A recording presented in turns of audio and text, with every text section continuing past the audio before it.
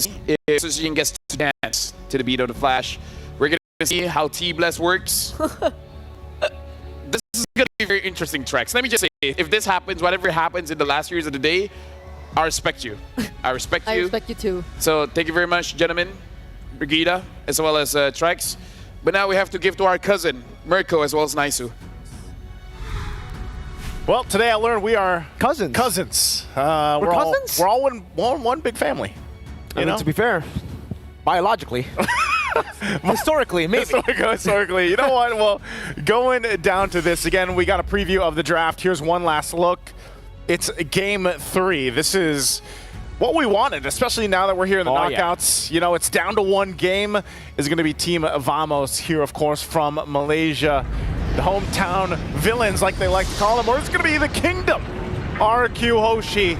We've just seen one of the fastest, or the fastest games in Game 2 that Team Vamos got a victory off of. This time around, we'll see how this all plays apart. Interesting lineups, you know. I know we had some similar reactions going through the draft as the panel. But yeah, I'm wondering if Susujin's going to have a better time in the jungle this time because we know how fast Chibi got going. Whoa. That's a focusing mark on the jawhead. Zorn, an interesting choice to go for. He didn't go for this earlier, right? I think he went for Concussive Blast in the mid lane. Rin's almost just got a solo kill on Warlord. But yeah, everything else is quite normal, right? Dyron not opting for the Revitalize again for the Vengeance. But there you go, Susujin winning out the Red Tree battle for the Lethal Wanderer. This is so interesting. Yeah, it was Concussive Blast previously, and that's usually what you see, but focusing mark, and it's funny because usually there are those iterations of the Franco where like they run the focusing mark too, but obviously most people now take the Concussive Blast. But if Zorn finds any of the targets early on with a focusing mark, it obviously will help with a burst. We already got a preview even of last time how much damage Chibi was doing, so what more if you throw in a little extra damage, you know, to go ahead and play that part. Now, pretty steady thing so far. Nothing too crazy aside from that almost first blood in the mid lane. So this will set things up really well for a first objective, the turtle take. Hooks as well from Edok, going to play a part in this fight. Chibi's going to jump in. Ooh, a lot of damage. Over to Rin, Susujin.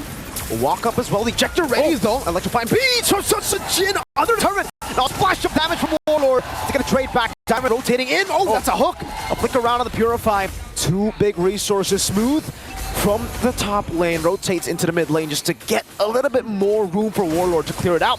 Skylar in the bottom lane now. On the Inspire in the 1v1. Nets has to respect this. Nets actually wants to move forward. It becomes an even trade in the bottom lane. I feel like this matchup between Nets and Skylar has been one of the most like action-packed, you know, laning like the 1v1s, especially early on. Like they hear, man, everybody's fighting in the mid lane. We want to fight, you know. So that's how that plays out. But this brings us now to the first turtle. RRQ is going to go ahead and set things up smooth, dropping down the ultimate. Good moves from Susujin. Red Tree battle. Chibi again. Real worm inflation. Zorn going to be caught in it. The immobility field. Dyron picks. It's an Iron Hook. And a bloody hunt from Edok. What a hook. All the way from downtown. That was max range. That was on point. That's Edok. That's Edok's Franco right there. And, you know, there's not much you can do against that. Now here, Dyron should be fine. He does have the Vengeance, again, this time around with the Gatakancha. So, interesting how that first turtle played out. Of course, it went over to Team Vamos, but they lost the fight. And so for RRQ, they build up. There's a Corrosive Scythe now for Skylar. Going to be the first item he locks in and prioritized. Meanwhile, Net's still working on that first one because he did also pick up those level 1 boots. So this goes back to the thing where Edok just plays around the hook. If they can get it set up, then that's great. If not, then you wait for Team Vamos to try to do the same thing, because once that flicker is available from Zorn, he might try to set it up. You want to know a fun fact, Naisu? Fun fact. Throughout the ages of RRQ Hoshi rosters, we always have a Franco god in the lineup. Yeah. Vin. Obviously Naomi. Nice. And then now we have Edok.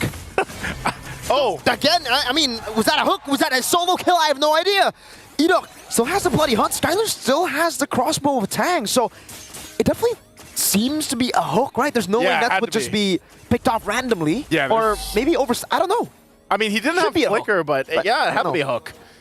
Edok locked in, man. That was, you know, when you look at it, but that's going to give Skylar this advantage that he was already fighting for, and going to get a lot of extra gold now off that gold plating. So Interesting thing for Team Vamos is how do they kind of respond to this because, you know, Prodigy or not with this. Oh, hold on. Bottom lane.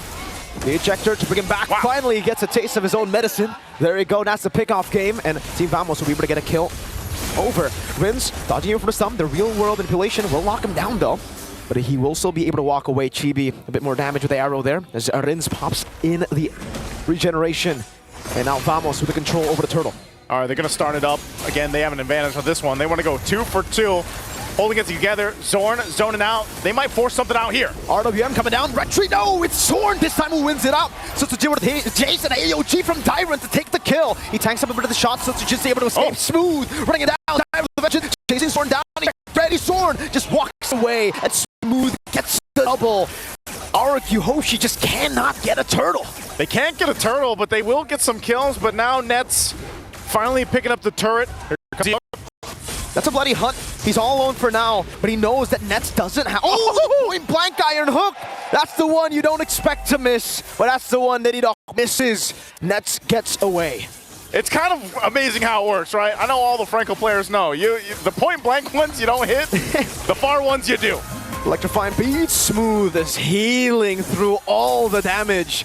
Sutsujin will have to just back away, and Vamos take back the control of the game with this momentum. Just like that, too. Team Vamos able to go ahead and diminish the gold lead that RRQ built up in the early portion of the game. And now it's pretty much even Stevens. You know, they are going to be able to continue to test for the objective, the third turtle that does come up. RWM held on from Warlord. Will have to go ahead and back off a little bit. Dyran tanky enough, but this is going to be a crucial part why I feel like RRQ Hoshi definitely wants to go ahead and contest for that turtle and make it work. You know, lock it in if they can. But if they decide not to, it's not the end of the world. Team Vamos can go for 3 for 3 for the turtles, and then RRQ Hoshi looks elsewhere. This is also where we start to see where that transition for Skylar, now that he's got 2 items, he's got the Golden Staff now, alongside that Corrosive Scythe. He's going to be a big part of some of these skirmishes and team fights that do break out if he can get the airtime with the Crossbow of Tang. And meanwhile, Rins 2, where he sets up the real-world manipulation, is going to be crucial. We're 10 seconds away up from that turtle. Positions already happening here, but Chibi will stay topside, pushed into that tier 1. There's a hook. Iron hook over to Zorn of Bloody Hunt as well. Skylar will be able to get all the tags, all the weakness points. Crossbow attack ready with the real world ablation. Oh, Warlord gets stuck with AOG. Sutsujin electrifying beats. Now it's Skylar dishing out damage. Oh, Sutsujin to fade away. Last hit doesn't get it. Skylar with a double. Chibi? That's very low. Able to run away from that one. Gets slowed down. Chibi needs one more hit, but he gets taunted by Tyron. Rins a few more shots of the Void Blast, but Chibi is able to walk away. 4 for 1 trade. Chibi. That's a dangerous game because Rins with a flicker forward to take Chibi down, and Skylar gets the turret. Finally, Sutsujin will get a turtle. It's one of those things where you're like, is this the right choice? No, it's not Chibi. Not only did he go for the wrong target or couldn't capitalize on the kill, but then gets punished for overstaying on his side of the jungle. So they lose a whole lot in that fight. Now RRQ Hoshi, you know, when I said it was even Stevens, they heard that and said, no, not anymore. 3K ahead now, plus that last turtle of the game. Holy Crystal picked up by Sutsujin, so now he's gonna hurt even more on this Joy. And so advantages for RRQ Hoshi. Massive right now. Skylar sees 4 from it. Team Vamos will go ahead and back off here. Wow, Skylar has actually opted to go for the Golden Staff. So that's 3-item power spike. Almost gets that hook in the bush. Zorn agreed to space out just a bit more. This is actually not the most common build, but it is the build that Skylar has gone for most of the time in the M6 World Championship. He always likes to go for the Golden Staff. Usually we see Windtalker or even Malefit Gun here. Unstoppable. Okay, of course, used up. Dyran just walks up and dashes away. Sutsujin? No, all right, they're chilling. At this point, you know, I feel like Team Vamos needs to bring it down a little bit. Because of that whole last team fight, it feels like things got a little too chaotic for them. They need to kind of, chill down a little bit. Hook's not going to land there. You always got to catch your breath when that hook is thrown out, you know? And nail biter. Yeah, it is. And for Team Vamos, they're feeling it. You know, they're biting the nails right now because of just how much of the scaling is happening for RRQ Hoshi, and it's not happening for them. They definitely need to buy some more time, and I feel like this is also where it gets a little bit difficult for Zorn because we just saw it. You know, if he can go in with the Unstoppable Force and get the ejector off, that's great, but then honestly, with this kind of lead, he gets blown up so quickly, too, that he's just kind of out of the picture. There he is. So he does show himself, but that tier 2 does go down. Yeah, and there's no trade on the board right now. RRQ just cruising through some of these turrets up top, getting the far lane control. That's the Malefic gun we were expecting as third item, but he picks it up as fourth. So yeah, that's a Fed 1-1 right now, man. Great moves from Zorn, though, to actually just space away from these hooks. He's going to have to right now. He's also going to be the one front side alongside with Smooth. We'll see if they actually contest this. Susujin getting in position. It's being held here by Skylar. They could force the fight. A couple flickers available. That hook won't land, but they go in. RWM already. Sony Warlord in the back. Dyron popping a vengeance, but Nets will be able to deal with him. Zorn caught in the midst of it all. Skylar will be able to jump in. That's a bloody hook. Chibi again with a retribution. But Susujin takes the killing spree over. Skylar's on the chase. Under the turret. Needs one more. It's a double for Susujin. But for some... Enoch tries to go for the flicker play. Doesn't get it. It was together with Rins. It was a flicker slow, but it was not enough to take anyone down. Man, he landed them earlier in the game, but these ones he won't be on point with unless he gets one here. They do hold the Lord. They take care of it quickly. RRQ Hoshi, they lost the objective, but they'll win that fight on exchange and really just kind of negate the push that was coming through with that Lord. But Chibi, you know, against it, able to secure that at least for now, but they are going to lose the tier 2 now in mid lane, and they're back to the drawing board to try to find a way to turn the tide in this game, because right now RRQ Hoshi pulling very far ahead, 6K up now. All right, nice. So this is the part of the game where we actually get to talk about the pattern. I don't think it's a pattern anymore. You know, game 1, you could be like, all right, you know, might be lucky. That retry win. Game 2 happens all over again. He got stopped 10 minutes. Yep. Game 3, they're winning, and it's still only one turtle. And that was the one that was for free. So Susujin hasn't gotten a single retry win, this at least on neutral objective, right? He got a Lethal Wanderer win. Can we count that?